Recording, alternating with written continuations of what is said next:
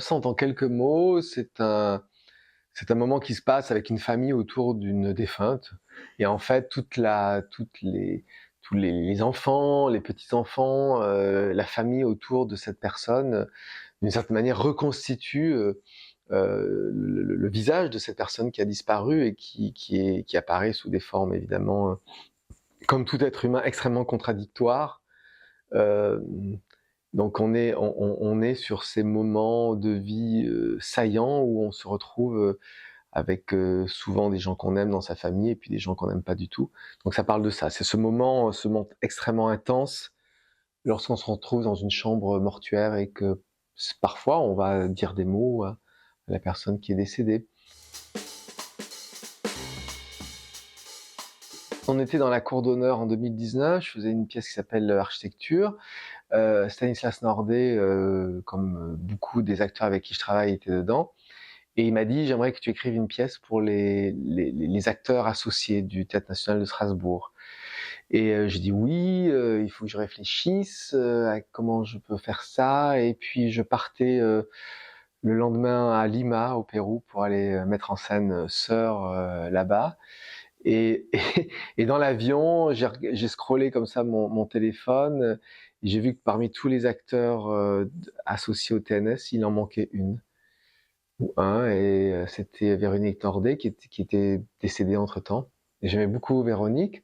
Et puis ça, c'était en 2019, et j'avais eu très envie plusieurs fois de travailler avec elle. Ça n'était pas possible pour des raisons de planning.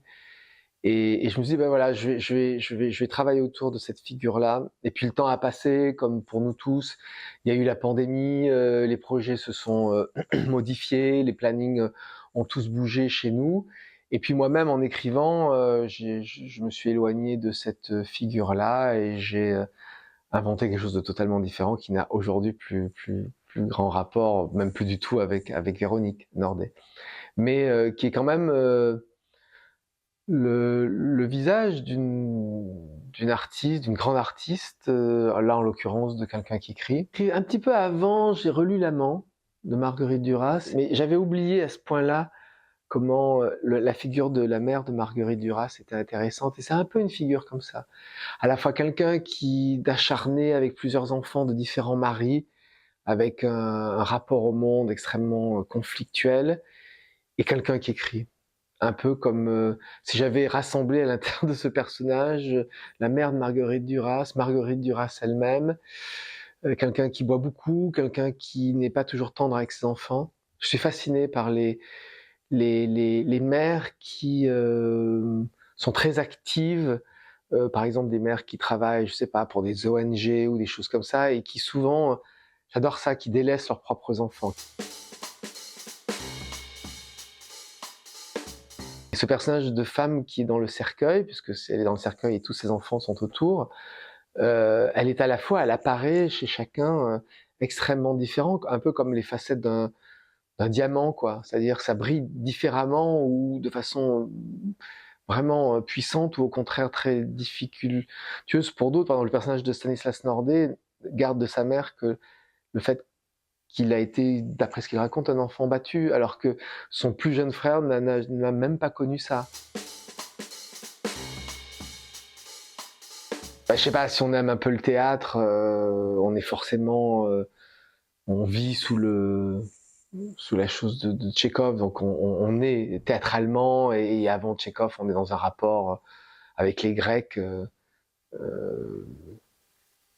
J'ai monté Sœur en version grecque à Athènes, et les actrices me disaient, mais on comprend très bien, c'est notre histoire, c'est les Atrides, c'est tout à fait pour nous. Enfin, tu vois, donc le théâtre d'une certaine manière est presque à la fois il naît de la démocratie, il est conjoint avec la démocratie, il est conjoint avec la philosophie, et il est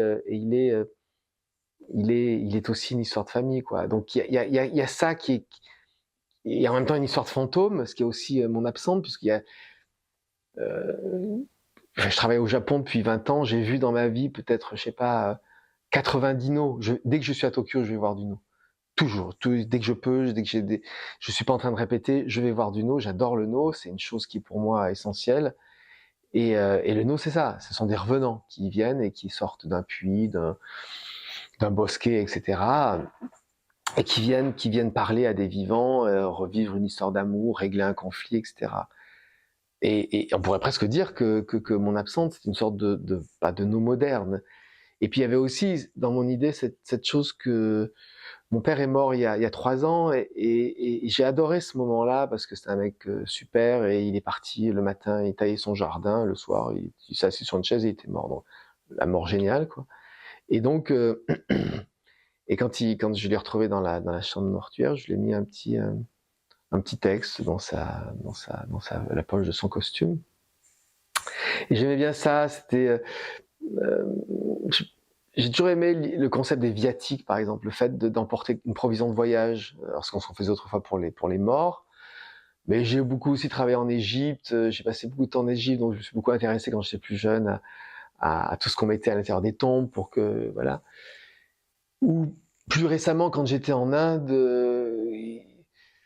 je me suis intéressé à ce qu'on appelle le Bardo Thodol, c'est-à-dire ce qu'on connaît assez bien ici sous le nom de le livre des morts tibétain.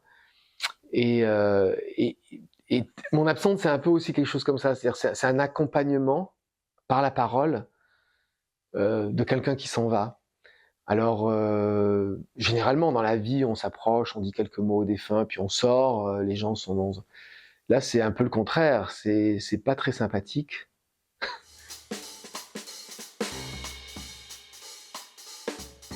Le travail de l'acteur dans le théâtre no, c'est de disparaître entièrement. C'est-à-dire, c'est pas comme en Europe ou dans le théâtre anglais ou américain, dans la tradition de l'acteur studio, etc., d'être soi, de se montrer soi, etc. C'est au contraire, c'est ne surtout pas se montrer soi. Et moi, je disparais, quoi. Je sais depuis le début que je vais commencer avec Laurent Sauvage. Parce que je commence avec Laurent Sauvage, c'est une sorte de...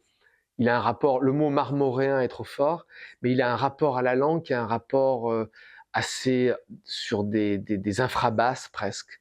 Et j'ai besoin de commencer comme ça. Parce que je sais que le deuxième, ensuite avec Ruedo, qui est béninois, tout d'un coup, l'arrivée de la voix de Ruedo va créer à l'écoute quelque chose d'autre.